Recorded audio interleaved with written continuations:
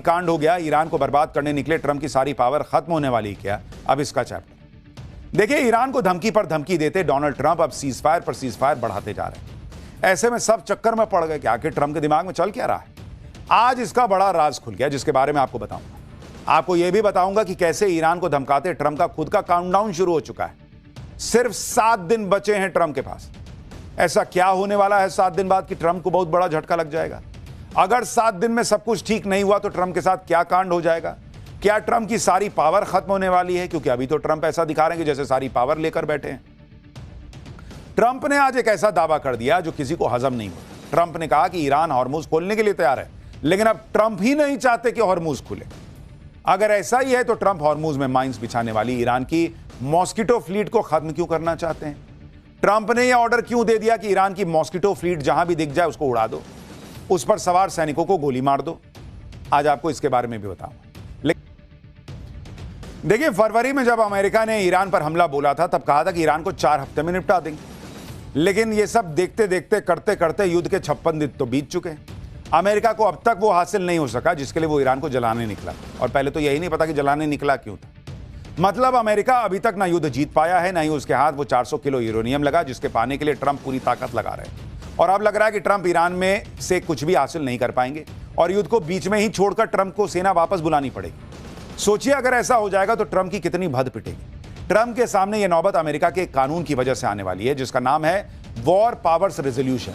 इस कानून के बारे में आपको बताऊंगा, लेकिन पहले देखिए कि ट्रंप के आदेश पर अमेरिकी सेना ने 28 फरवरी को ईरान पर हमला बोला था और इस हमले की जानकारी ट्रंप ने 2 मार्च को संसद को दी थी। इस हिसाब से 1 मई को युद्ध के 60 दिन पूरे हो रहे हैं। इसलिए ट्रंप के लिए 1 मई की तारीख बहुत अहम हो गई। एक तरफ ट्रंप पर जंग जारी रखने का दबाव है, दूसरी तरफ 1 मई की कानूनी डेडलाइन है। अगर ट्रंप को 1 मई से पहले अमेरिकी संसद से युद्ध जारी रखने की मंजूरी नहीं मिली तो उनकी फजीहत होगी। ट्रंप को हर हाल में ईरान से सेना वापस बुलानी पड़ेगी, क्योंकि अमेरिका में 1973 में युद्ध को लेकर वॉर पावर्स रेजोल्यूशन नाम का एक कानून पारित हुआ था। इस कानून के मुताबिक राष्ट्रपति संसद यानी कांग्रेस की मंजूरी के बिना 60 दिन तक ही अपनी सेना को युद्ध में रख सकते हैं। अगर उन्हें इससे ज्यादा समय तक सेना को युद्ध में झोंके रखना है तो संसद से मंजूरी लेनी पड़ेगी। ऐसे में अब ट्रंप के पास 2 ही रास्ते हैं। पहला यह कि वो संसद से युद्ध जारी रखने की मंजूरी लें 1 मई को, और दूसरा रास्ता यह कि वो युद्ध खत्म करें और अपनी सेना वापस बुला लें। अभी तक ट्रंप की पार्टी के सभी सांसद एकजुट होकर युद्ध का समर्थन कर रहे थे, लेकिन अब कुछ सांसदों के सुर बदलने लगे।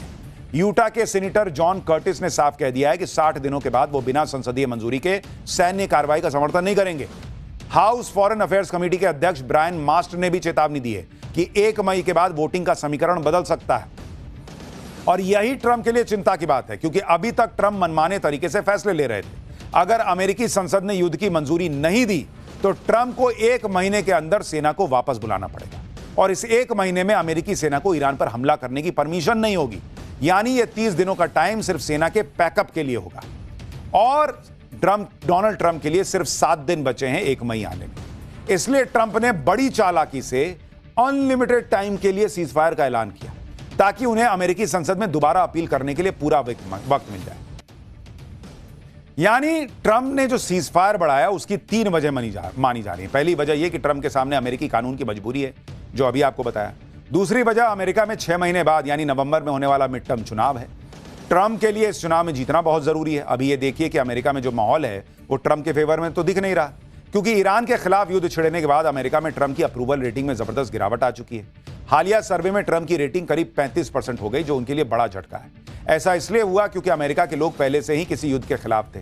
ट्रंप ने भी चुनाव में यही लॉलीपॉप दिया था कि वो कोई नया युद्ध शुरू नहीं करेंगे, लेकिन उन्होंने किया। इसलिए अमेरिका का एक तबका ट्रंप से बेहद नाराज है, और ये नाराजगी मिड टर्म के चुनाव में ट्रंप के खिलाफ जा सकती है। ऊपर से हुआ यह कि ईरान पर हमला बोलने की वजह से आम अमेरिकियों को महंगाई की मार झेलनी पड़ रही है। अमेरिका में तेल गैस की कीमतें बढ़ गई हैं, तो ये सब अलग ट्रंप के लिए एक चुनौती बना हुआ है। तो 6 महीने के बाद का संकट है सो अलग। ट्रंप ईरान पर डील करने के लिए दम भर दबाव डाल रहे हैं, सीजफायर बढ़ाने का फैसला कर रहे हैं। लेकिन ट्रंप ने जो सीजफायर किया है उसकी एक बड़ी वजह यह भी है कि ट्रंप जो है वो ये जानते हैं कि अगर ये सीजफायर चलता रहा तो वो संसद को ये भी कह सकते हैं कि भाई देखो 1 महीना तो पूरा 60 दिन तो पूरा युद्ध चला नहीं, बीच में तो युद्ध रुक गया, तो वो 60 दिन हुए नहीं है, इसलिए मुझे संसद से परमिशन लेने की जरूरत नहीं है, क्योंकि वहां नंबर उनके साथ है नहीं। और ऐसा काम बराक ओबामा एक बार कर चुके हैं। तो वहीं से डोनाल्ड ट्रंप ने शायद क्लू लिया है और इसीलिए जानबूझ के सीज फायर किया है कि एक कंटिन्यूटी में 60 दिन न दिखे युद्ध का, फिर बिना संसद के काम चलाएंगे। तो बहुत अभी इसमें पेंच है। कांड हो गया, ईरान को बर्बाद करने निकले ट्रंप की सारी पावर खत्म होने वाली क्या? अब इसका चैप्टर देखिए। ईरान को धमकी पर धमकी देते डोनाल्ड ट्रंप अब सीज फायर पर सीज फायर बढ़ाते जा रहे हैं। ऐसे में सब चक्कर में पड़ गए कि आखिर ट्रंप के दिमाग में चल क्या रहा है। आज इसका बड़ा राज खुल गया जिसके बारे में आपको बताऊंगा। आपको यह भी बताऊंगा कि कैसे ईरान को धमकाते ट्रंप का खुद का काउंटडाउन शुरू हो चुका है। सिर्फ 7 दिन बचे हैं ट्रंप के पास।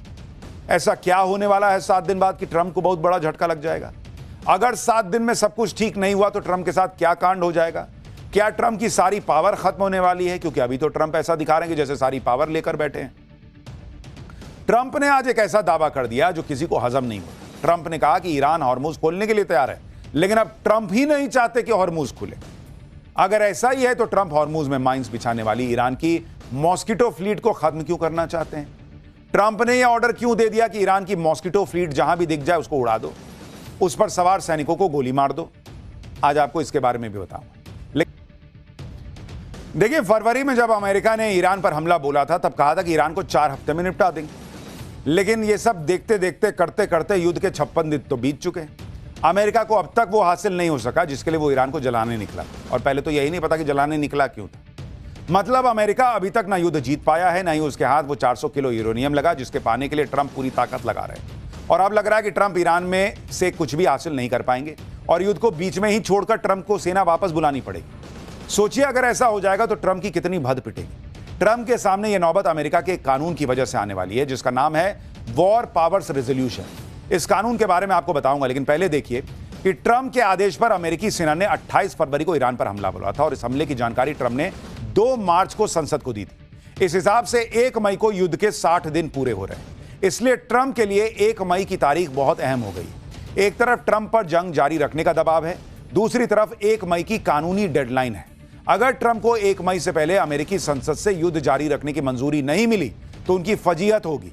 ट्रंप को हर हाल में ईरान से सेना वापस बुलानी पड़ेगी, क्योंकि अमेरिका में 1973 में युद्ध को लेकर वॉर पावर्स रेजोल्यूशन नाम का एक कानून पारित हुआ था। इस कानून के मुताबिक राष्ट्रपति संसद यानी कांग्रेस की मंजूरी के बिना 60 दिन तक ही अपनी सेना को युद्ध में रख सकते हैं। अगर उन्हें इससे ज्यादा समय तक सेना को युद्ध में झोंके रखना है तो संसद से मंजूरी लेनी पड़ेगी। ऐसे में अब ट्रंप के पास 2 ही रास्ते हैं। पहला यह कि वो संसद से युद्ध जारी रखने की मंजूरी लें 1 मई को, और दूसरा रास्ता यह कि वो युद्ध खत्म करें और अपनी सेना वापस बुला लें। अभी तक ट्रंप की पार्टी के सभी सांसद एकजुट होकर युद्ध का समर्थन कर रहे थे, लेकिन अब कुछ सांसदों के सुर बदलने लगे। यूटा के सीनेटर जॉन कर्टिस ने साफ कह दिया है कि 60 दिनों के बाद वो बिना संसदीय मंजूरी के सैन्य कार्रवाई का समर्थन नहीं करेंगे। हाउस फॉरेन अफेयर्स कमेटी के अध्यक्ष ब्रायन मास्ट ने भी चेतावनी दी है कि 1 मई के बाद वोटिंग का समीकरण बदल सकता है। और यही ट्रंप के लिए चिंता की बात है, क्योंकि अभी तक ट्रंप मनमाने तरीके से फैसले ले रहे थे। अगर अमेरिकी संसद ने युद्ध की मंजूरी नहीं दी तो ट्रंप को 1 महीने के अंदर सेना को वापस बुलाना पड़ेगा, और इस 1 महीने में अमेरिकी सेना को ईरान पर हमला करने की परमिशन नहीं होगी। यानी ये 30 दिनों का टाइम सिर्फ सेना के पैकअप के लिए होगा। और डोनाल्ड ट्रंप के लिए सिर्फ 7 दिन बचे हैं 1 मई आने में। इसलिए ट्रंप ने बड़ी चालाकी से अनलिमिटेड टाइम के लिए सीज फायर का ऐलान किया, ताकि उन्हें अमेरिकी संसद में दोबारा अपील करने के लिए पूरा वक्त मिल जाए। यानी ट्रंप ने जो सीज फायर बढ़ाया उसकी 3 वजह मानी जा रही है। पहली वजह यह कि ट्रंप के सामने अमेरिकी कानून की मजबूरी है, जो अभी आपको बताया। दूसरी वजह अमेरिका में 6 महीने बाद यानी नवंबर में होने वाला मिड टर्म चुनाव है। ट्रंप के लिए इस चुनाव में जीतना बहुत जरूरी है। अभी ये देखिए कि अमेरिका में जो माहौल है वो ट्रंप के फेवर में तो दिख नहीं रहा, क्योंकि ईरान के खिलाफ युद्ध छिड़ने के बाद अमेरिका में ट्रंप की अप्रूवल रेटिंग में जबरदस्त गिरावट आ चुकी है। हालिया सर्वे में ट्रंप की रेटिंग करीब 35% हो गई, जो उनके लिए बड़ा झटका है। ऐसा इसलिए हुआ क्योंकि अमेरिका के लोग पहले से ही किसी युद्ध के खिलाफ थे। ट्रंप ने भी चुनाव में यही लॉलीपॉप दिया था कि वो कोई नया युद्ध शुरू नहीं करेंगे, लेकिन उन्होंने किया। इसलिए अमेरिका का एक तबका ट्रंप से बेहद नाराज है और ये नाराजगी मिड टर्म के चुनाव में ट्रंप के खिलाफ जा सकती है। ऊपर से हुआ यह कि ईरान पर हमला बोलने की वजह से आम अमेरिकियों को महंगाई की मार झेलनी पड़ रही है। अमेरिका में तेल गैस की कीमतें बढ़ गई हैं, तो ये सब अलग ट्रंप के लिए एक चुनौती बना हुआ है। तो 6 महीने के बाद का संकट है, सो अलग। ट्रंप ईरान पर डील करने के लिए दम भर दबाव डाल रहे हैं, सीज फायर बढ़ाने का फैसला कर रहे हैं। लेकिन ट्रंप सीज फायर ने जो सीज फायर किया है उसकी एक बड़ी वजह यह भी है कि ट्रंप जो है वो ये जानते हैं कि अगर ये सीज फायर चलता रहा तो वो संसद को यह भी कह सकते हैं कि भाई देखो, 1 महीना तो पूरा 60 दिन तो पूरा युद्ध चला नहीं, बीच में तो युद्ध रुक गया, तो वो 60 दिन हुए नहीं है, इसलिए मुझे संसद से परमिशन लेने की जरूरत नहीं है, क्योंकि वहां नंबर उनके साथ है नहीं। और ऐसा काम बराक ओबामा एक बार कर चुके हैं। तो वहीं से डोनाल्ड ट्रंप ने शायद क्लू लिया है और इसीलिए जानबूझ के सीज फायर किया है कि एक कंटिन्यूटी में 60 दिन न दिखे युद्ध का, फिर बिना संसद के काम चलाएंगे। तो बहुत अभी इसमें पेंच है।